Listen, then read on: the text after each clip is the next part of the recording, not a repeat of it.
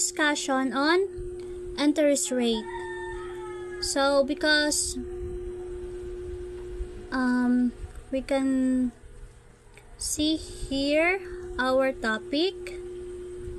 Yeah. The interest rate and the economy.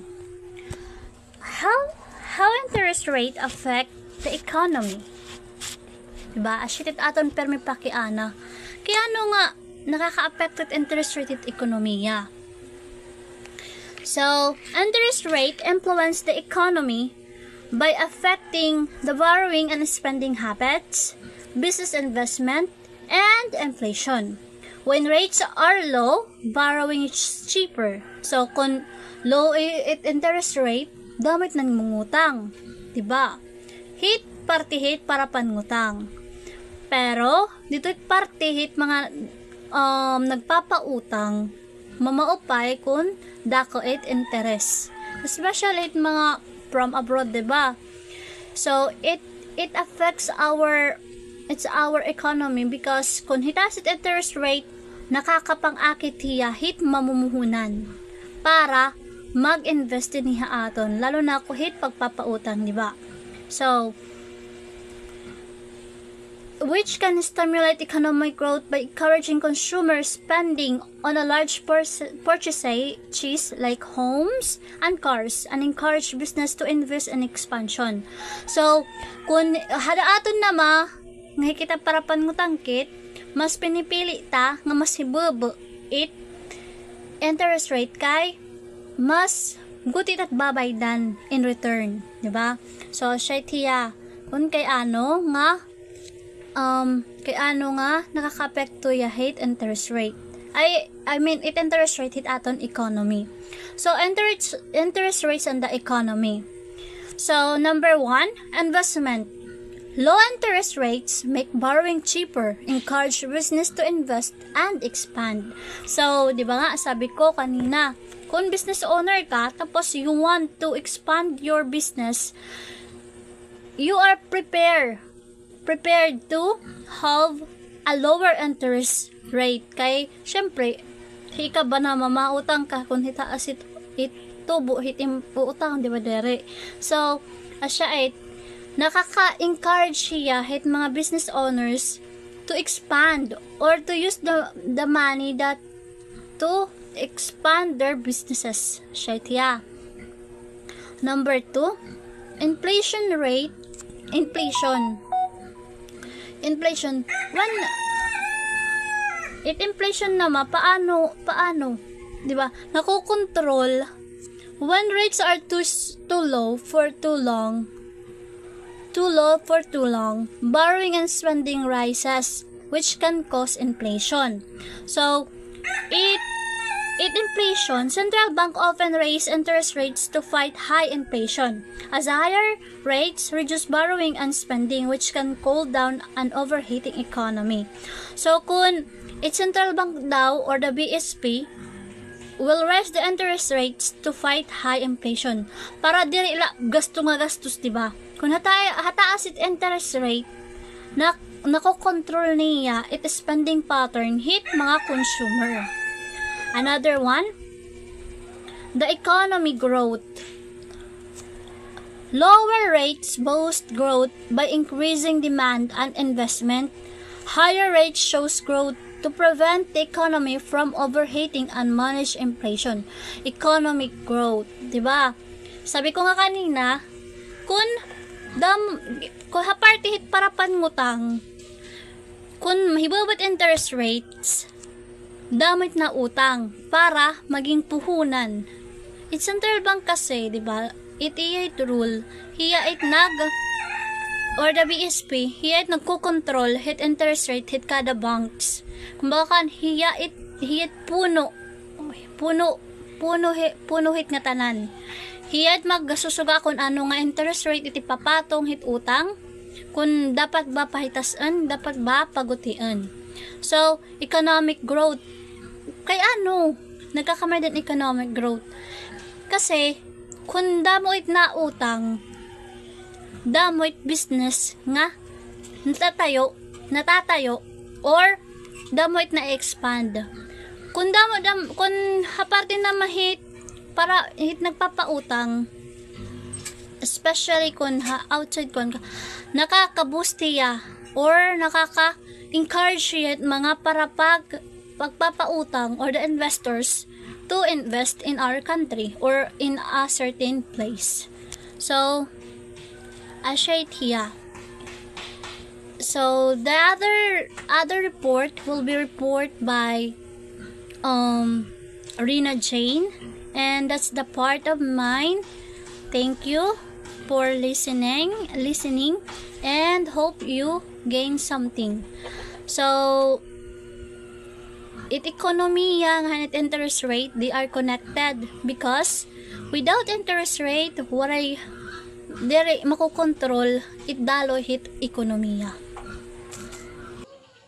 Now, let's continue to number 4, role of central bank. So, the central bank, like the BSP, is responsible for controlling the country's money supply and ensuring economic stability. So, ginagamit nila monetary policy para i-adjust it interest rate ngan para ma-control it inflation. Example din ginataas it inflation, ginpapataas it bangko it interest rate para mapahinay it spending and borrowing. Yan, kung mahina naman it ekonomiya, pinapababa it interest rate hit bangko para ma-encourage it mga tao mangutang. And number 5, borrowing and spending. So this shows how interest rate affect people and business when they borrow money and or spend.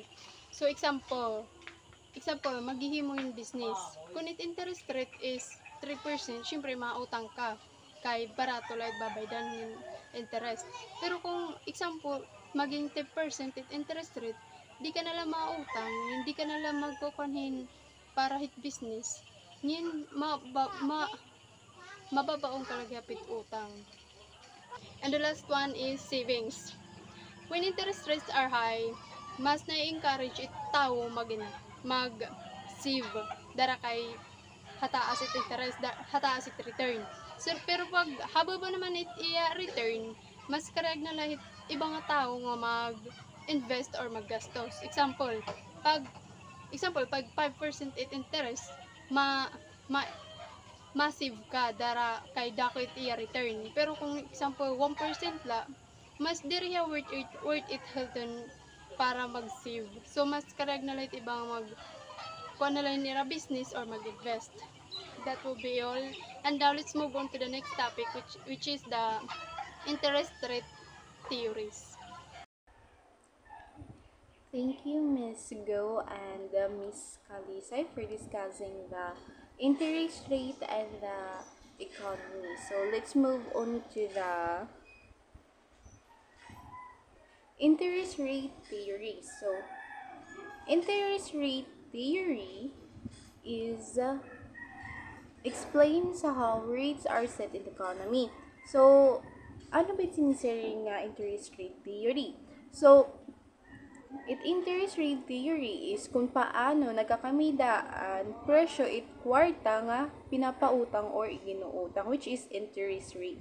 So, interest rate nagbabago hiya.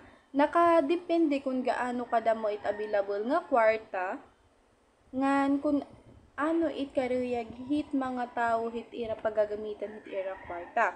So, let's move on to the theories of interest rate determinant. So, we have here the classical theory, loanable fund theory, and liquidity preference theory. So, let's discuss the classical theory. So, isinisiri nga classical theory is suga din hiya hit supply ngan demand hit ha merkado kundi kun damo it karuyag magnegosyo ngan kaulangan hin kwarta, which is demand, nahataas it iya interest. While it kun damo it nagtitirok ngan willing magpautang, which is demand, nahabubo it iya interest. So, siring ko pa mga kanina nga it interest is nagbabag-o. Nakadepende kung gaano kadamo it available nga kwarta ngan karuya gamiton hit mga tao. So, let's move on to the second, which is loanable fund theory. So, loanable is sugarin hiya hit merkado hit kwarta or sige natin ha bangko ita mga nagtitirok kung damo it nangangailangan hit kwarta nahatas it iya interest. Sugarin hiya hit classical theory pero it classical theory is nakapokus siya hit long-term capital nga ginagamit hit production, while it loanable fund naman is nakapokus siya kung pipira it available nga kwarta nga pwede ipahiram. And liquidity preference theory. So by Keynesian. So according kan John Maynard Keynes, interest rate is nabubuo darahit supply ng demand hit kwarta. So ibig sabihin nakadepende it hataas ngan hit kahabubo hit interest kung gaano kadamo it karuyag hit tao o hit nagninegosyo nga nakaput hit kwarta kumbaga hit kadamo hit kwarta nga naikot hit aton ekonomiya. So according liwat kan John Maynard Keynes, may daniya tutulong nga rason kay ano itaw kaulangan kumaputin kwarta. So kaya ano nga ba kita kaulangan kumaputin kwarta? So aniya sinisiri nga mga theories is the transaction motive,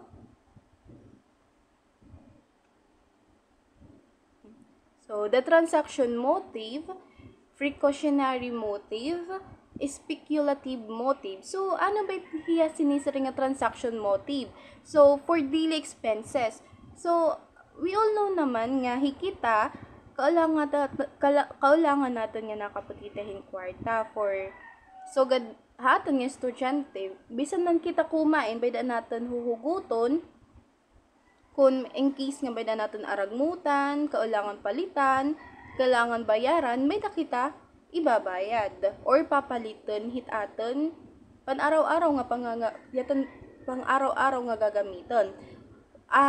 Precautionary motives naman is for emergencies or unexpected needs. So, kung may ada kita mga tinitirok nga kwarta, hinihimos, may da kita pagagamitan nga kwarta kasi nga dili kita maaram kung ano tinanabuwas. So kailangan talaga nga may ada kita daan nga kinakapten nga kwarta.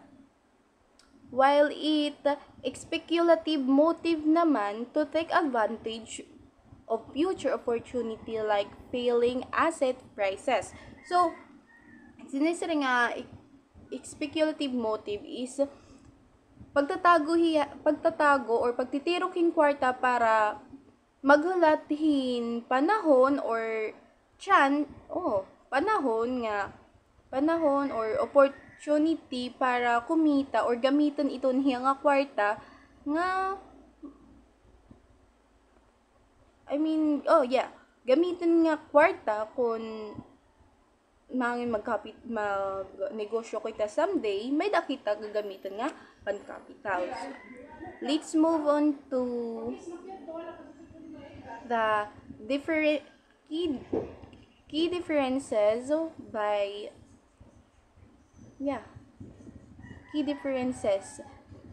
to be discussed by Mata Marion. Ang loanable funds theory ay nakatuon sa mga real factors tulad ng ipon or savings at pamumuhunan or investment. Ipinapaliwanag ng teoryang ito na ang interest rate ay naapektuhan ng ugnayan sa pagitan ng mga nag-iipon at mga nangihiram ng pera. Kapag mas maraming nag-iipon, mas marami ang perang pwedeng ipautang kaya bumababa ang interest rate. Ngunit, kung mas marami ang gustong umutang kaysa sa nag-iipon, tataas naman ang interest rate. Halimbawa, kapag maraming Pilipino ang nagdideposito sa bangko, tumataas ang pundo ng bangko kaya maaari nilang ibaba ang interest rate sa mga pautang upang mas maraming negosyo ang mag-invest. Samantala, ang liquidity preference theory naman ay nakatuon sa mga monetary factors tulad ng money supply at demand for cash. Ayon kay John Maynard Keynes, ang interest rate ay nakadepende sa kagustuhan ng mga tao na maghawak ng pera kumpara sa pag-invest nito. Kapag mas gusto ng mga tao na maghawak ng cash, tumataas ang interest rate dahil bumababa ang pirang umiikot sa ekonomiya. Halimbawa, sa panahon ng krisis, mas pinipili ng mga tao na mag-ipon ng pera kaysa mag-invest. Kaya nagre-resulta ito na pagtaas ng interest rate.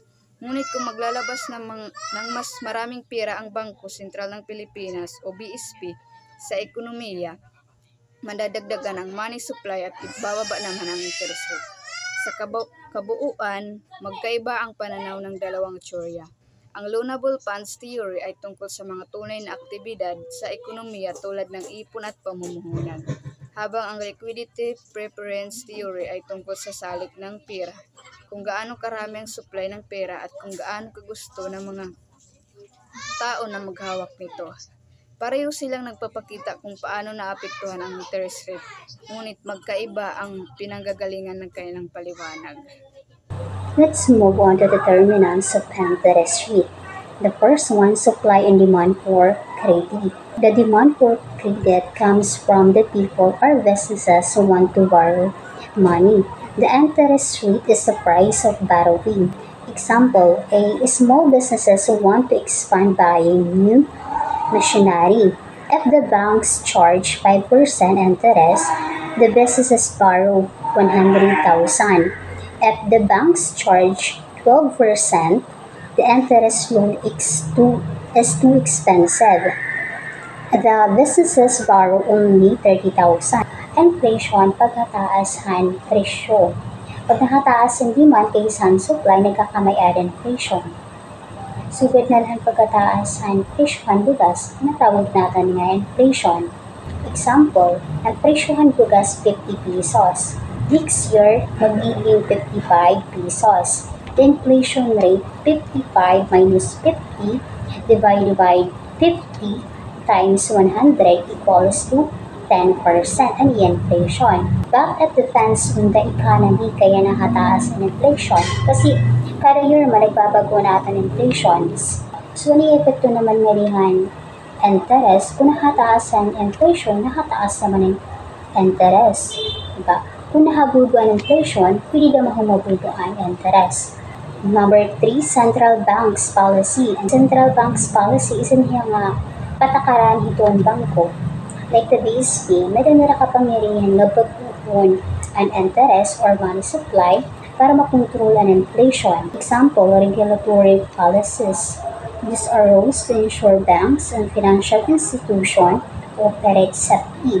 Example, the BSP may increase reserve requirement to prevent expensive debt and financial stability. Economic growth. Nalago ang ekonomiya ng ating bansa. Like kini nga mga entrepreneur or businesses na nakakapag-produce rin more goods and services. So, darahin ito nga nakakapag-lead sirahin more jobs and standard living. Ito ng mga tao darahin nga ating economic growth. Since we are done tackling the other report, let's proceed the rest factors. Higher default of liquidity.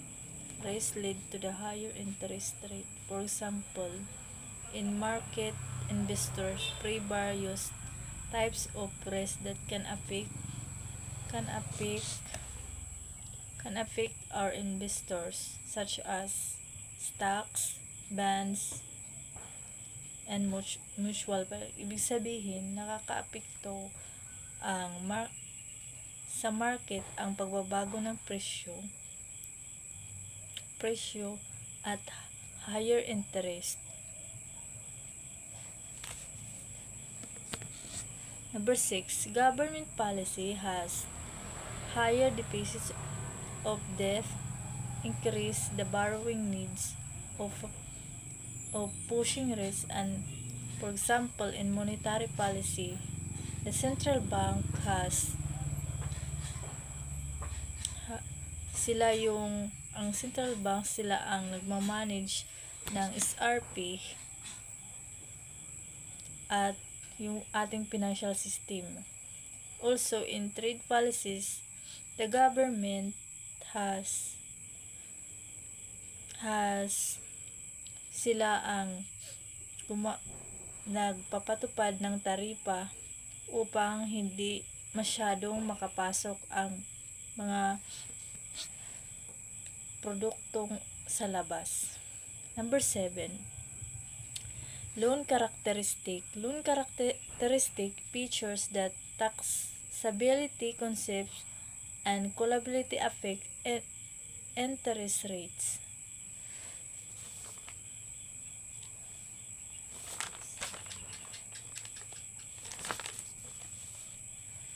High deposit borrowing, for example, ang mga investor ay umuutang sila or nag-housing loan yung mga employee para sa kanilang future investment. Kailangan nila itong bayaran. For example, sabihin natin 5 years, let us say 5 years na babayaran, pero pag hindi mabayaran, meron silang collateral for gaya ng bahay, lupa, sasakyan na halaga ng kanilang inutang.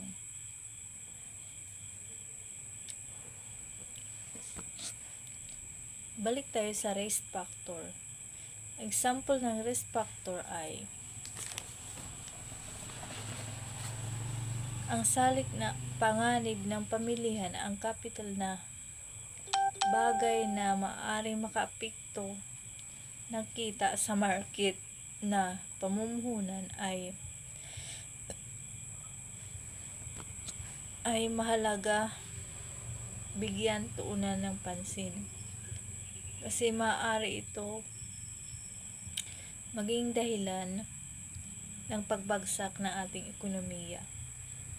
Sa number 6, government policy, importante na ayusin ng ating gobyerno ang pamamalakad ng pulisiya para umunlad, hindi puro corrupt at yung flood control na ginagawa para sa kanilang sarili para matustusan ang kanilang mga pang-ambisyon, kundi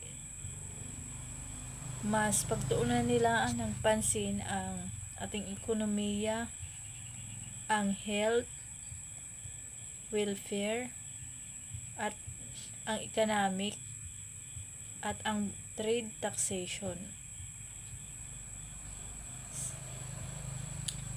At saka ang healthcare, importante ang healthcare sa mamayang Pilipino. Kasi ito ang nagbibigay ng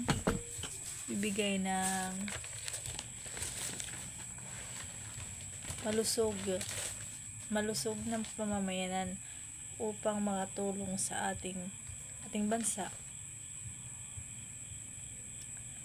Kasi ang maunlad na bansa ay makabutis sa ating ekonomiya.